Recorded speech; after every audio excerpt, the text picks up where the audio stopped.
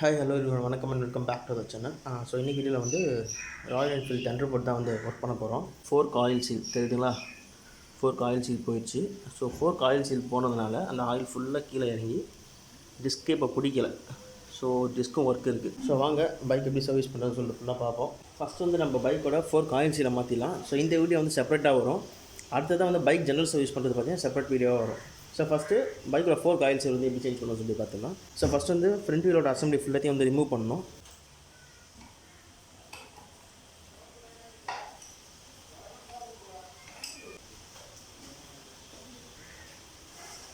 இங்கே ஒரு Alan key bolt ஒன்று கொடுத்துருப்பாங்க, அதை ரிமூவ் பண்ணிடணும்.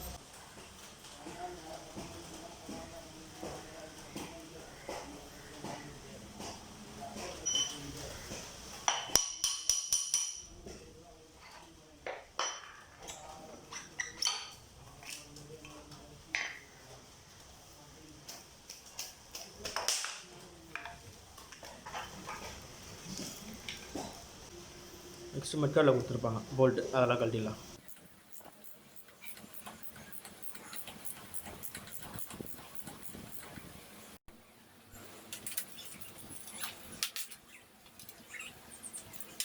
மெட்கார்டு டிஸ்க் அசம்பிளி ஃபுல்லாக கழட்டியாச்சு. இன்னொரு இது கொடுத்துருப்பாங்க ஹோல்டர் மாதிரி, அதை ரிமூவ் பண்ணுறேன்.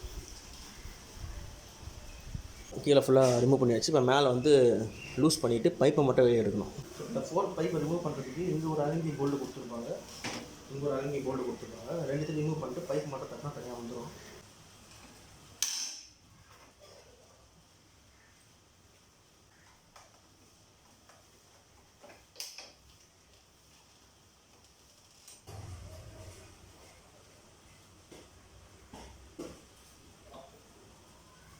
ஸோ அவ்வளோதான். ஸோ இதே மாதிரி வந்து அந்த பக்கமாக கழட்டிக்கலாம். ஃபோர்க் மேலே பார்த்தீங்கன்னா ஒரு நட்டு மாதிரி கொடுத்துருப்பாங்க. ஸோ அது ஒரு புல்லர் மாதிரி இருக்கும், அதை வச்சு ரிமூவ் பண்ணிக்கோங்க. நான் வந்து தட்டியில் ரிமூவ் பண்ணேன்.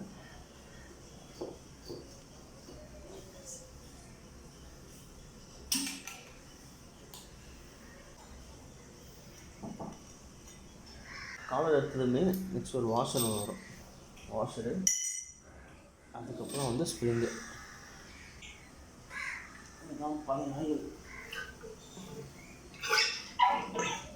ஸோ இதே மாதிரி வந்து அந்த ஃபோர்க்கையும் வந்து ரிமூவ் பண்ணி ஆயில் வெளியே எடுத்துடலாம். பைக்கோட 4 பைப் இருக்குல்ல, ஸோ அதை ரிமூவ் பண்ணிடலாம். அதுக்கு வந்து பார்த்திங்கன்னா ஒரு டீ ராட் தேவைப்படும். ஸோ டீ ராட் இருந்தால் மட்டும்தான் வந்து அதை ரிமூவ் பண்ண முடியும்.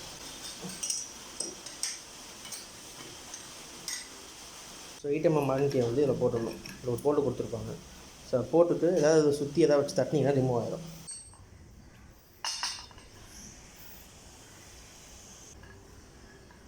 ஸோ இதுதான் அந்த அலன் கீ போல்ட்டு. ஸோ அதுக்குள்ளே பார்த்தீங்கன்னா ஒரு வாஷர் ஒன்று வரும், வாஷர் உள்ளே மாட்டிருக்கு. ஸோ இது இப்போ வந்து இது ரிமூவ் பண்ணலாம். இது வந்து ஆயில் சீல் கிடையாது, இது ஒரு டம்மி. இதுக்குள்ளே தான் ஆயில் சீல் இருக்கும். ஸோ உள்ளே ஒரு லாக் கொடுத்துருப்பாங்க கம்பியில். ஸோ அதை வந்து ஸ்க்ரூ ட்ரைவர் வச்சு ரிமூவ் பண்ணிக்கணும். ஸோ இதுதான் வந்து ஆயில் சீல் வெளியே வராமல் பிடிச்சிக்கும். ஸோ இதுதான் அந்த லாக். ஸோ இப்போ இந்த ஆயில் சீல் வந்து நம்ம பைப்பை இப்போ வெளியே இழுத்துனாவே வந்துடும். ஸோ இதுதான் வந்து ஆயில் சீலு, புரியுதுங்களா? ஸோ இதுதான் ஆயில் சீலு. இது போச்சுன்னா தான் வந்து ஆயில் வெளியே லீக் ஆகும். நெக்ஸ்ட் இந்த பைப்லாம் வந்து பெட்ரோல் அப்படிலாம் வந்து கெரோசின் போட்டு ஃபுல்லாக வாஷ் பண்ணிடலாம். வாஷ் பண்ணிட்டு மாட்டினா கொஞ்சம் நல்லா நீட்டாக இருக்கும். ஸோ நான் வந்து எல்லாத்தையும் பெட்ரோல் போட்டு வாஷ் பண்ணிவிட்டு அதுக்கப்புறம் கண்டினியூ பண்ணுறேன். ஸோ எல்லாத்தையும் பார்த்தீங்கன்னா கம்ப்ளீட்டாக வந்து பெட்ரோல் போட்டு வாஷ் பண்ணி க்ளீன் பண்ணி கொண்டாண்டேன். ஃபஸ்ட்டு இந்த லெக் உள்ள கழட்டணும்ல, அதை போட்டணும். ஃபஸ்ட்டு போட்டிங்கன்னா அது கீழே வந்துடும். ராடை உள்ளே கொடுத்து சப்போர்ட் பண்ணி இந்த மாதிரி ஒரு காலர் ஒன்று வரும், அதில் உட்கார வச்சுட்டு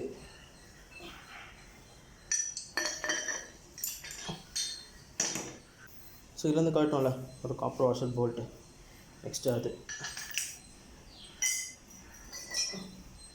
அதை போட்டு அணுக்கி வச்சு ஃபுல் டைட் பண்ணிடுங்க.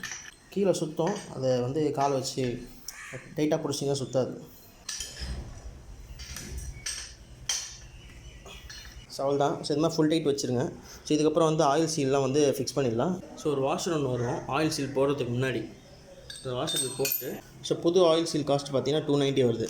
இங்கே ஓரமாக ஒரு ஸ்ப்ரிங் மாதிரி கொடுத்துருக்காங்களா, ஸோ அந்த ஸ்ப்ரிங் இருக்கிறது பார்த்திங்கன்னா மேலே வரணும், மேலே பார்த்தா மாதிரி.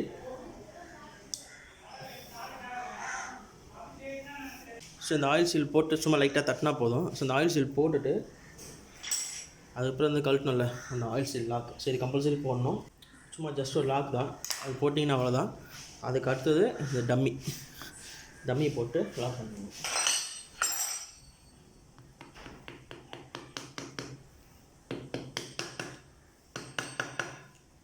ஸோ அவ்வளோதான் முடிஞ்சு.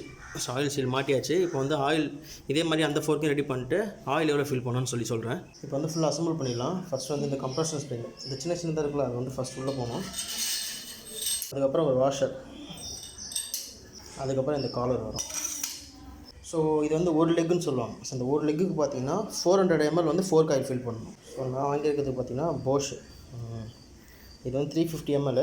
இது ஊற்றிட்டு ஒரு 50 ml எக்ஸ்ட்ரா ஊற்றணும். ஸோ 350 ml ஃபில் பண்ணியிருக்கு, இன்னும் ஒரு 50 ml ஊற்றணும். ஸோ இது வந்து எக்ஸ்ட்ரா 50 ml நான் மெஷர் பண்ணி எடுத்துருக்கேன். மேலே இந்த நெட்டை வந்து நல்லா கம்ப்ரஸ் பண்ணி லாக் பண்ணால் லாக் ஆகிடும். ஓகே, இப்போ 2 ஃபோர்க்கையும் வந்து டைட் பண்ணி முடிச்சாச்சு. இப்போ வந்து அசம்பிள் பண்ணிடலாம். So time labs starts.